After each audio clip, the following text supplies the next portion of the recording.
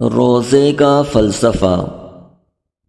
یہ ایک حقیقت ہے کہ انسان اشرف المخلوقات ہے اور اس کی رفعت و عظمت اور تسلط و اقتدار کے آگے تمام کائنات سرنگو ہے۔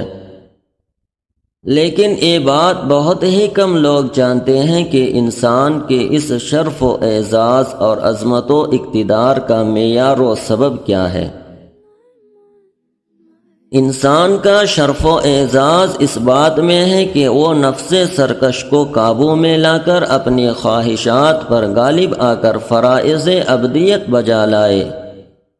اور اپنا منشاء تخلیق پورا کرے۔ معرفت الہی اور رضائے خداوندی کی تلاش و جستجو اس کا مقدم اور اہم فریضہ ہے۔ اگر ایک انسان اپنے اس فرض ابدیت سے غافل اور نابلد ہے تو وہ ہے۔ اس چیز کو اللہ تعالیٰ نے اس طور پہ فرمایا، قد افلح ما تزکا، یعنی جس نے اپنے نفس کو پاکیزہ کر لیا اس نے فلاح یعنی کامیابی پائی،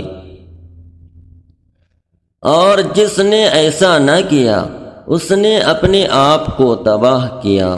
اس سے معلوم ہوا کہ شریف اور معزز اور سعادت مند انسان وہ ہے جو اپنے نفس پر قابو حاصل کرے اور اسے پاکیزہ بنائے۔ اور نفس کو قابو میں کرنے کے لیے 3 چیزوں کی ضرورت ہے۔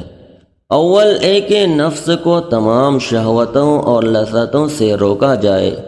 کیونکہ جب سرکش گھوڑے کو دانہ گھاس نہ ملے تو وہ تابع ہو جاتا ہے، اسی طرح نفس کی سرکشی بھی دور ہوتی ہے۔ دوم، اس پر عبادت کا بہت سا بوجھ دلا دیا جائے، جس طرح جانور کو دانہ گھاس کم ملے اور اس پر بوجھ بہت سا لاد دیا جائے تو وہ نرم ہو جاتا ہے، یہی حال نفس کا ہے۔ سوم، ہر وقت خدا تعالیٰ سے مدد چاہے۔ ذرا غور تو فرمائے، یہی 3 باتیں روزے میں بدرجہ اتم و اکمل رکھی گئی ہے۔ اس سے معلوم ہوا کہ نفس کی قوت توڑنے کے لیے اور اپنی تمام قوتوں کو اعتدال میں لانے کے لیے ہمیں روزے رکھنے کا حکم ہوا ہے۔ ایک فلسفہ یہ بھی ہے کہ مصیبت زدہ انسان ہی کسی کی پریشانی و دکھ کا صحیح احساس کر سکتا ہے، اور روزے سے یہ بات پائی جاتی ہے کہ بڑے سے بڑے سرمایہ دار دولت مند کو بھی جب ایک بار بھوک و پیاس کا ذائقہ روزے کی وجہ سے چکھنے کا موقع ملتا ہے، اور جب اپنے معصوم ننھے بچوں کو روزے کے موقع پر ان کی متغیر حالت دیکھتا ہے تو اس کو غربت زدہ لوگوں کی بھوک و پیاس کا احساس ہوتا ہے،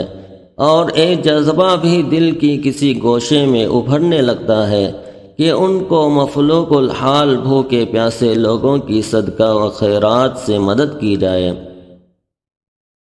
دولت مند خوشحال کو اگر روزے میں بھوک و پیاس کی تکلیف نہ برداشت کرنی پڑتی تو ساری عمر گزرنے پر بھی بھوک و پیاس کا احساس نہ ہوتا، اور اگر کوئی بھوکا ضرورت مند اس کے سامنے ہاتھ پھیلاتا اور اپنی تکلیف و پریشانی کا اظہار کر کے کچھ طلب کرتا تو چونکہ دولت مند کو فاقے کی تکلیف معلوم ہی نہیں، اس لیے اس پر کیسے رحم کھاتا، برخلاف روزہ رکھنے کے کہ اس کی وجہ سے غریبوں، محتاجوں اور یتیموں کی دستگیری کا جذبہ پیدا ہوتا ہے، اور ان کے ساتھ ہمدردی و ایثار جیسی خوبیوں کا وجود عمل میں آتا ہے۔